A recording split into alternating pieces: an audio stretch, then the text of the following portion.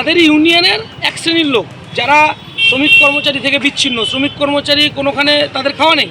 প্রশাসনের তরফ থেকে আমার ইউনিয়নকে ডিভাইডেশন করার একটা চেষ্টা দীর্ঘদিন ধরে চলছে, এতদিন বাইরে বাইরে চলছিল। আজকে প্রশাসন বলতে বুঝতেই পারেন কি, চেয়ারম্যান সাহেবের বাড়িতে দেখা করতে এসছে গোপনে। কুচবিহার হচ্ছে আমাদের ইউনিয়নের হেড অফিস, আমাদের ইউনিয়ন রাজ্যভিত্তিক ইউনিয়ন।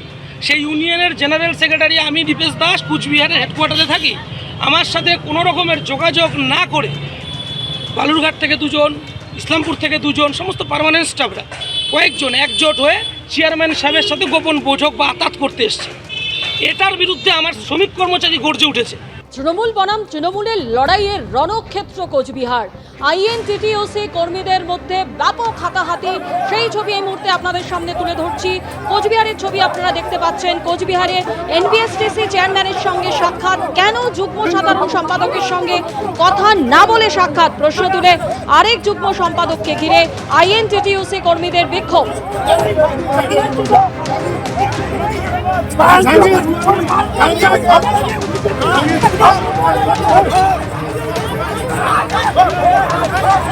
বনাম তৃণমূলের ছবি, অশান্তির ছবি আপনাদের সামনে তুলে ধরলাম। একই ছবি কিন্তু জয়নগরের ক্ষেত্রে আমরা দেখতে পাচ্ছি, যেখানে তৃণমূল সাংসদ এবং তৃণমূল বিধায়কের গোষ্ঠীর লড়াইয়ে ব্যাপক অশান্তি তৈরি হয়, ব্যাপক বোমাবাজি চলে সেখানে। জমি বিবাদে জয়নগরের বকুলতলায় বোমাবাজি, উদ্ধার তাজা বোমা। 30-40 জনের দলবল নিয়ে হামলা, বোমাবাজি, লুটপাটের অভিযোগ। বিধায়ক বিশ্বনাথ দাসের অনুগামীদের বিরুদ্ধে হামলার অভিযোগ।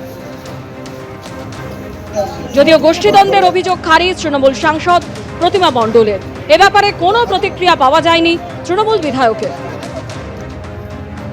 কোচবিহার এবং জয়নগরের ছবি পাশাপাশি আপনাদের সামনে তুলে ধরছি।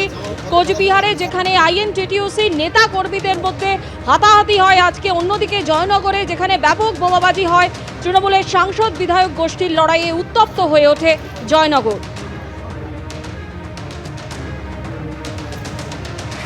ওরা প্রচুর লোক এসেছিল। যারা এই ঘটনাটা ঘটালো তাদের বাড়ি কোথায়? তাদের বাড়ি ওই সাইডে, মানে আপনাদের এই পাড়ায়? আপনাদের পাড়ায়, একই পাড়ায়। আর গন্ডগোল ওই একই পাড়ায়। কি নিয়ে গন্ডগোল? ওই জমি নিয়ে। এর ভিতরে কি কোনো রাজনৈতিক দলের লোকজন আছে? হ্যাঁ, তার রাজনৈতিক না হলে তো আর এত দূর হয় কি? রাজনৈতিক এমএলএর লোক আছে, আবার ওই এমপির লোক আছে, এরকমই করেই তো এটা হয়েছে। এমএলএর লোক, হ্যাঁ, সব তৃণমূল, কিন্তু এমএলএর লোক বেশি এইটা করছে। মানে বোমাবাজি কারা করলো? ওই এমএলএর লোকেরা। আর যাদের ঘর পুড়েছে? ও আমাদের এমপির লোকেরা। আপনার কে হয়? আমার ভাই। আমার ভাই।